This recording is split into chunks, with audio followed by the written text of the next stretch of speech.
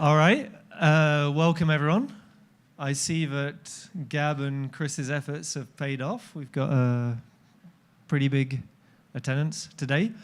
So, I'm Yannick from Symphony, and I'm here to talk about secure inter-app communication with FDC3.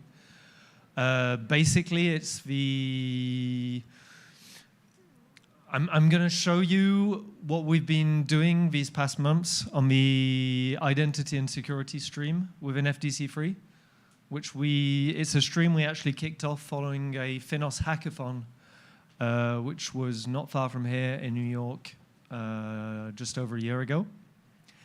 And because we're talking about inter-app and inter-firm communication, I've brought with me a buy and a sell.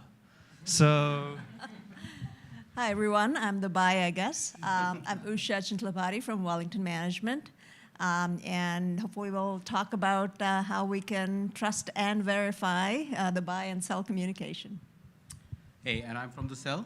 So I'm Kiran Shahane from Morgan Stanley. So I'm representing here fixed income and commodities matrix, so which is an application which has a suite of applications rather, providing FX trading, FX indicative pricings, apart from other things. And that application can be accessed via desktop.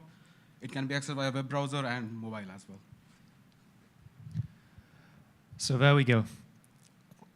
All right, so to get back to the fundamentals and the origins, let's say, of FDC3, FDC3 was founded on the idea of open interop. So at the time, it was in a container. This was before we were talking about web FDC3 or even intra-desktop app FDC3. And the idea was that everyone's app identity was provided by the app directory managed by the desktop agent. And there was what we call loose coupling between applications. So the base idea was that any application could broadcast to any application, because at the end of the day, the user's choosing to run all these applications, so they were deciding to make one or more applications talk together. Now, the problem we've seen getting people to roll out FDC3 is that as soon as you start doing deeper, more transactional integrations, so as soon as you go beyond like the I want to look at a news article or I want to set my context to a currency pair. As soon as you go into these deeper transactional integrations, such as between a buy and a sell, users and especially IT departments and compliance are asking for stronger guarantees around identity and security. So what ends up happening is you end up having vendor-owned app directories with their own configuration, and then there's the problem of how do two applications trust each other? How do they make sure that the same user is signed in? How do they make sure that they want to talk to each other? And how do they make sure that this application that's pretending to be, say, Matrix, is it really Matrix, or is it something else that's being run by another sell side? The final problem we had to solve was how to relegate the desktop agent to being an intermediary and stop the desktop agent from having access to everything. Today, when you run FDC3, you have to have strong trust in your desktop agent, because every piece of information flying over the FDC3 protocol is in clear for the desktop agent. So those are really the problems we're seeing, but to slowing adoption of FDC3 for important integrations. Do you want to give us some background a bit on how you solve the problem? Sure, thanks, Yannick. If you think about it, right? I work in trading, support global trading at Wellington, And at any given point in time, if you go walk on the trading desk, every trader has, what, 6, 8 screens up, and they're looking at all of the data, right? You all know the story behind FDC3 and FINOS. The key question is, how do you not only make them efficient, right, through all of the interop, but how do you do that securely? You know, for the same reason, for those of you who are familiar with trading, FIX was developed as an industry standard because of that same reason, right? How do you get that standard out and make sure it's secure? On the desktop, though, for us, if you think about us trying to encourage sell side to implement interop, you know, they have to trust our desktop environment, right? So for Morgan Stanley, for example, to go through this, they had a lot of questions from their security team saying, how do you trust? You know, how are you going to basically establish this handshake that you have to trust that Wellington's going to run in a secure environment? So that was definitely a challenge, and we were somewhat relegated to safe use cases up until this point. Thank you. So Rob has put into pictures what Usha was describing, and we can say today FDC3, or at least compliant so standard compliant FDC3 solves the lowest level of a trust pyramid, so no trust. So something like view news or set the context to a certain country or something like that. And what we'd like to provide is standard ways to solve higher trust things. Maybe something like send chat message, maybe something like actually place an order, so start an order. So something where you need much stronger guarantees. So there are 3 reasons why we need a solution. The first one is that this is a barrier to the adoption of FDC3. So we're hoping that by solving this problem, we can accelerate adoption of inter-firm FDC3. The second one is the risk of fragmentation, because obviously people need this. So what are vendors doing? They're providing solutions, which is, I mean, that's their role. But we'd like to be able to define a standard that means you keep the kind of a plug-and-play nature of FDC3 while still being able to answer this question. The third reason is a newer reason, and it's because of the development of web interop. That brings a whole load of new complexities and new attack vectors to the table. So secure communication becomes absolutely necessary for web interop.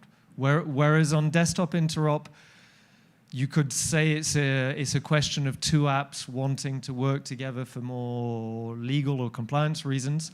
For web interop, you have to have some way of encrypting what's being sent over. So as part of the identity and security work group, our first order of business was building use cases, because obviously we're on the technology side. The first step is to make sure we've got enough information from the business side to know that what we're building makes sense. So with the help of the whole working group, we built a small curated list of what we call our canonical use cases. So I've given you one here, which is a good example of where you see a need for security, which wouldn't be immediately apparent. So the idea is you have a buy-side trader who's requesting information from multiple sell-side platforms. So they've got their internal, let's say their internal order management system running, and they've got several sell-side platforms running, and they want to get some information from their different providers.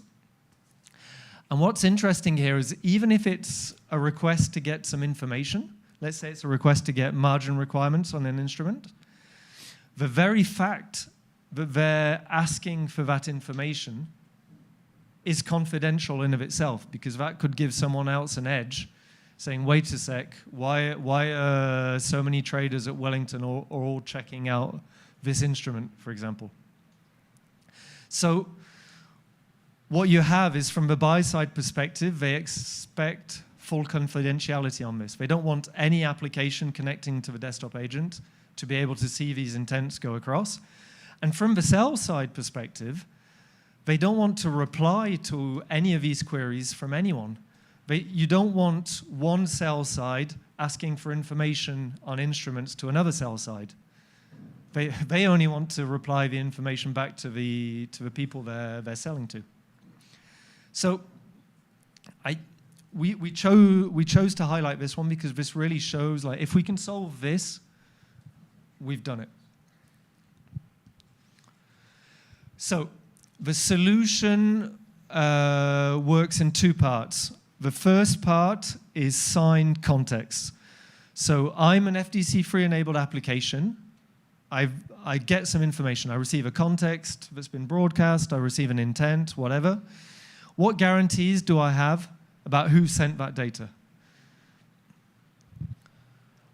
So this one's a relatively simple solution, which is that apps will be able to sign contexts with a key. So I'm Morgan Stanley. I receive an intent asking me for information on a currency pair from Wellington. At the end of that intent is a signature. I can go and verify that signature and make sure that the request really came from Wellington. So that's a really important part, and this is the slightly simplest one. So the way that's implemented is that each app's security layer can basically sign outgoing requests and verify signatures on incoming requests. So I'm going to go through some flow diagrams. Don't worry, they're going to stay very high level. So app A says, all right, I want to view orders, and I'm going to view all orders pertaining to a specific contact. So I'm going to send my intent. And what happens is my security layer signs this intent. The desktop agent here sees a signed intent, it passes it on, comes to app B, and app B's security layer verifies the signature. All right? So very simple, just signing context. That doesn't solve the encryption problem. What it does solve is the trust problem. So we've already answered the first question, which is, how do I make sure I can trust incoming data? Now, the second problem was, I'm an FDC3 enabled application. I want to send information out. How can I guarantee that only the people or only the apps that I want to send the information to are going to receive it? FDC3 provides no such guarantees today. If you broadcast a context, people see it. If you send an intent, whoever's registered to receive this intent can receive it. So how can I build a system that allows me to control who is going to get access to this data? So the advantage is, this is a problem we've already solved at Symphony. This is a problem that's already been solved whenever you're browsing a web page as well. And the idea is to build encrypted channels based on exchange of a symmetric key. Okay?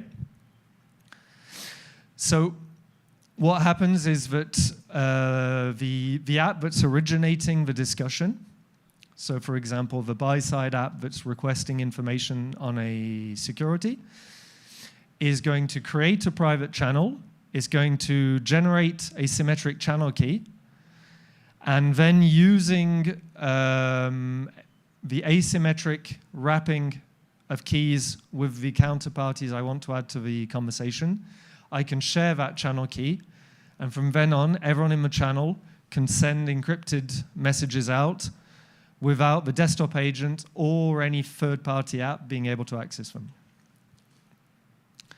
I'm going to go through the flow diagram. This one's going to be a bit more painful, all right? I promise it'll be over soon. So app A wants to view orders with app B, okay? So I send a view order intent. App B says, okay, you know what?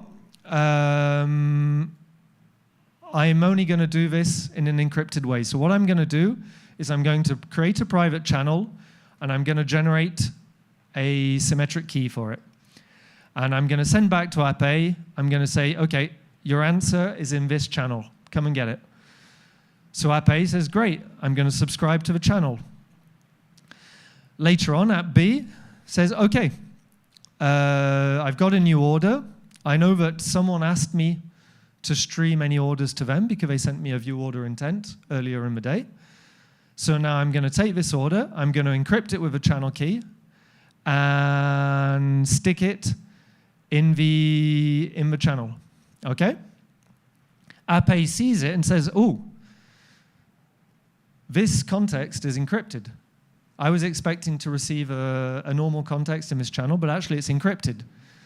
So what I need to do is I need to, A, verify the signature. So I need to make sure that it was encrypted by Morgan Stanley, for example. And B, I need to ask Morgan Stanley for the channel key. So I verify the signature with Morgan Stanley's public signature URL.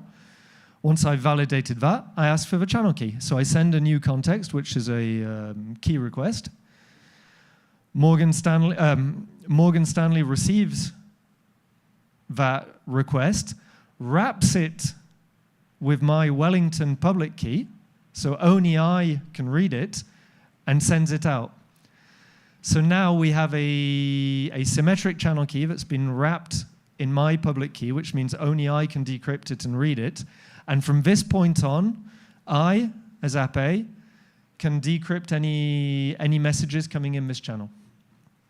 And then you rinse and repeat. Next order that comes in, app B encrypts it. And because app A already has the symmetric channel key, we're in. It looks complicated written like this, but this is what happens every time you open a web page or every time you add someone to a Symphony chat room or anything like that. So that's the second part of the solution, a bit more complex, but this solves the use case C, which was how do I allow two apps to talk to each other, trusting only themselves. No trust in a desktop agent, no trust in apps being who they say they are, etc. And with that, designing those flows was one thing, but then we had to actually build those flows. So that's where our friends from Wellington and Morgan Stanley have come in to help. Right. Thank you, Yannick. Volume.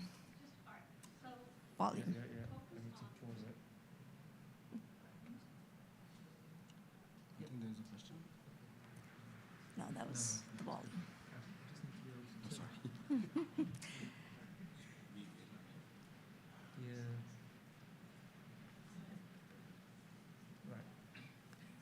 All right. So just to give a little bit of context here, I don't know how many of you were here last year. Last year, Wellington and Morgan Stanley demonstrated the first buy-side, sell-side integration, leveraging FDC3 standards. At that point, 2.0 had come out. Just a little bit of orientation here. On your left-hand side, the top left-hand side, you're looking at the buy-side order management platform. And on the right-hand side, that's the Matrix Bank Portal. And the use case, as Yannick talked about, as the bottom of the pyramid trust, right, is a very simple use case. It's a one-way flow where a trader tries to look up the analytics for a currency pair for orders on their blotter, and that basically represents and through interop shows up on the Morgan Stanley side. So that's the basic implementation we had last year. So with security, trying to overlay that, we were able to implement the first part of the solution, that the simple flow, as Yannick called it. That's okay. You can just leave it at that. Yeah, that's good. You good. So with the interop, we're not able to play the demo for volume reasons here. But what we were able to do is implement the app security layer and sign the context. So from Morgan Stanley, I remember one of the challenges that we had was their InfoSec signing off on them deploying this code on the Wellington desktop. They're like, how do we trust this? How do we make sure that our analytics, our intelligence is not going to be intercepted by something else on the Wellington desktop side? That's okay. So as far as context is concerned, we were able to take the part one of the solution that we had shared and be able to take a public-private key, sign the context with our private key, and then share the public key as part of the metadata. And that allowed us to at least get the handshake going with Matrix platform and be able to show that we're, if you look at, and I know it's kind of hard to look at the full screen here, but the logs that are shown at the bottom left-hand side, you can see the essential part, solution one of the flow where the context metadata shares the public key and it's verified through the app security layer. Morgan Stanley really didn't have to implement anything on their side, right? It's directly part of the app security layer that comes on layers on top of the desktop agent. And it verifies it, checks it, makes sure that the public URL is a valid URL before they can respond to the actual context and the payload. The payload itself here is not encrypted, right? That's the next level that we'll be looking to work on. This was a step up. There's still a lot of work to do. One thing I will mention is specifically for Wellington, this was an additional work. If you are using TypeScript, JavaScript applications, it works out of the box. But for us, our OMS was Java-based. We had contributed the Java API implementation, so we had to layer this on top of that. So again, open source community, if you have specific .NET and others, we encourage you to kind of add to that so we can all benefit from our contributions. With that, I'm going to hand it to Kiran to talk about the solution 2 part of the demo. Thank you, Usha. So we just saw the solution 1, right, wherein we verified that the apps on both the side, the identity of both the apps were verified, and once the context signing has been using the PKI was proved that both the apps are what they proved to be. The next part here was for us to encrypt the data in transit between two of the apps, right? So in this case, there is Matrix app to the right, and to the left, what we have is a POC or a sample application, which can be any trading application for that matter in white background. So this is something which we built in-house to kind of prove the solution 2 that it will work. Wherein we are encrypting the data, based on the key which was created at random by the sender application here, which is on the left. And to the bottom, you can see the desktop console from Matrix application. So if I start the video here, you can see that the intent for showing the currency pair is raised by the sender application in this case. So when the context data is sent across over the channel to Matrix application, I will pause the video here for a bit.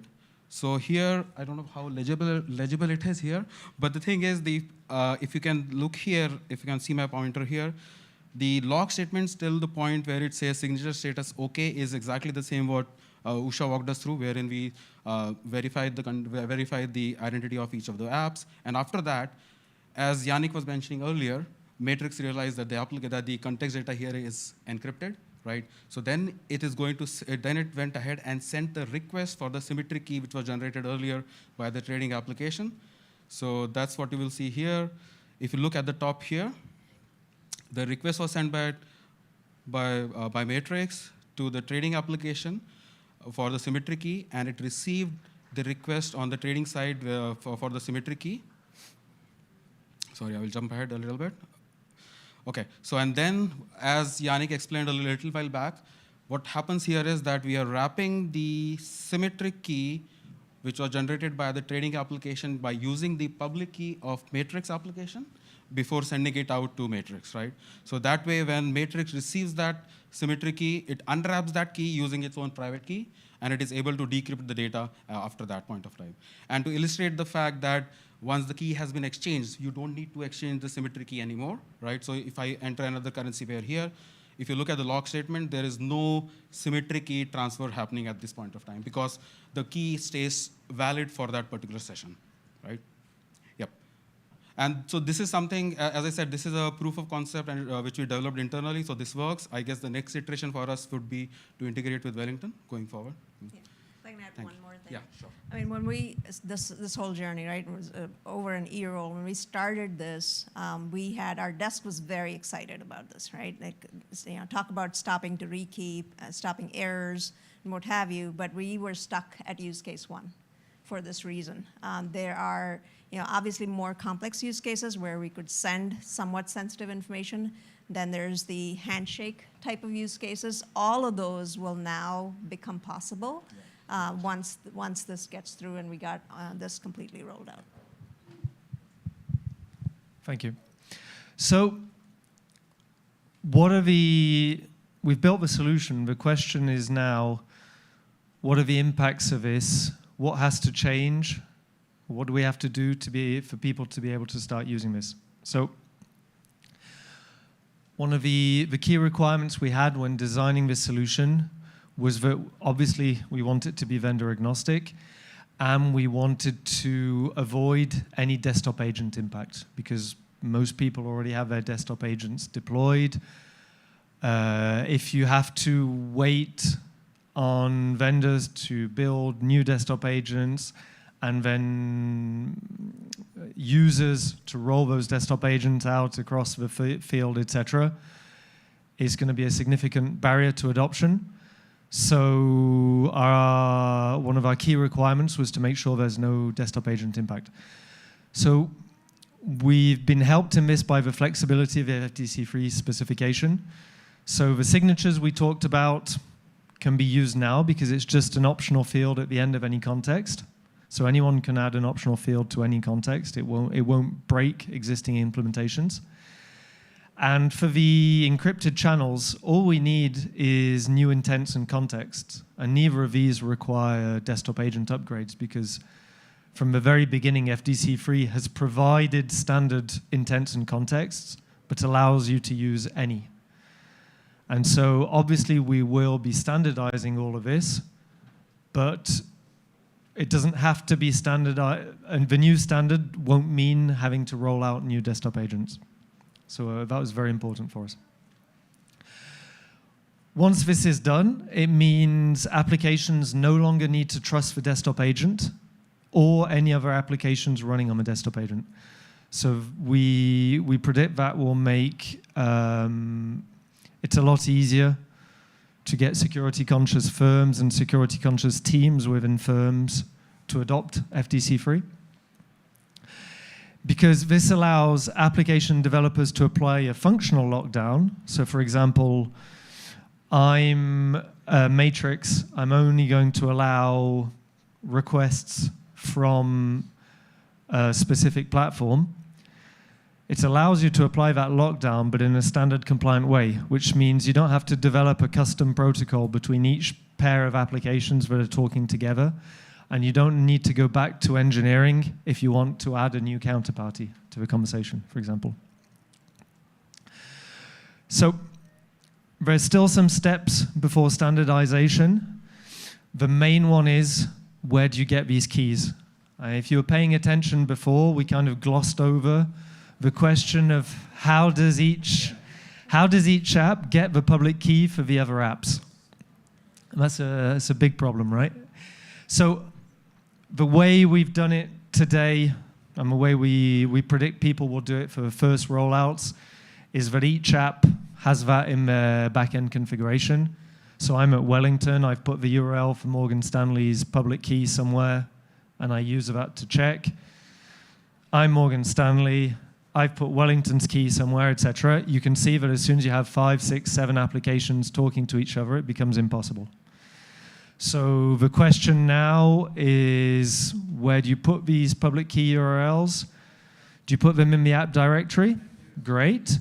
But then who's giving you the app directory? The desktop agent. So suddenly you have to trust the desktop agent again, because they can give you a bogus app directory with fake keys and then send intents, etc.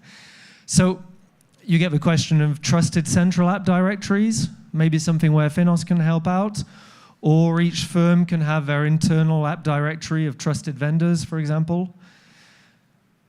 A lot of questions we have to answer, and if you want to be part of a discussion, come and join the Identity and Security Working Group. 1 hour every 4 weeks, so it's not too much of your time. And that's the big question we'll be answering next before we get all this in the next standard. Thank you very much. Any questions? Very good question. Thank you, Chris. Yeah, so the question was, why we're using asymmetric keys to exchange symmetric keys instead of just sticking with asymmetric keys. 2 reasons. One, performance and efficiency. It's a lot faster and lighter to use symmetric keys. So that's why, in general, in the industry, asymmetric keys are only used for the initial bootstrapping. The second reason is that with asymmetric keys, having channels with more than 1 participant, or more than 2 participants, becomes tricky. Whereas if you define a channel key, you can then bring in as many people as you want into your channel. So you can start a channel off between a buy platform and 1 sell, and then the buy can choose to bring in 2, 3, 4 more sell side platforms into that same channel. And there's only 1 key to manage it all. This is a problem we'd already solved at Symphony, for example, the question of adding someone to a chat room. Same question. If you're using asymmetric keys, you can't add someone to an existing conversation and let them see all the existing messages. It's just impossible. So the question was, do I have a process to automatically rotate the keys? No, we don't. And it would be an interesting question. Given that in general, the way FDC3 is used is that channels are quite ephemeral. I don't think it would be necessary, but it's definitely something we'd have to verify. If you look at TLS, for example, once the symmetric key has been exchanged, it's there, and there's no mechanism for rotation of a TLS key, because the idea is you just close the connection and open a new one. So I think that if you hit the situation where normally you'd say, oh, we've got to rotate, the easiest would be to just kill the channel and tell the apps to set up a new channel. So new channel, new key, etc. What was the working group again? The working group is the FDC3 Identity and Security working group. It's desktop agent agnostic. That's what's so great about it.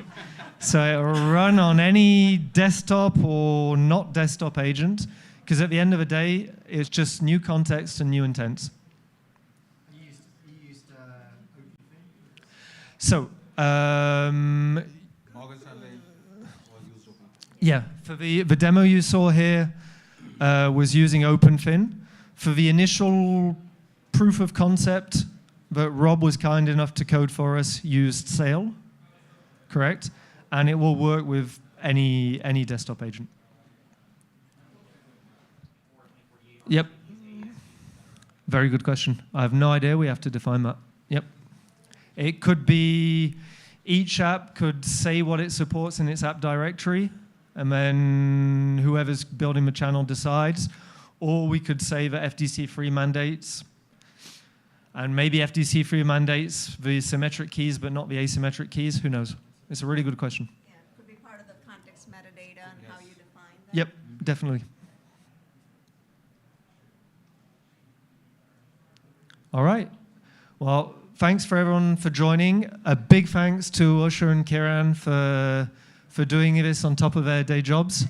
And of course, as always, a big thanks to Chris and Rob for all the support on the Identity and Security Working Group.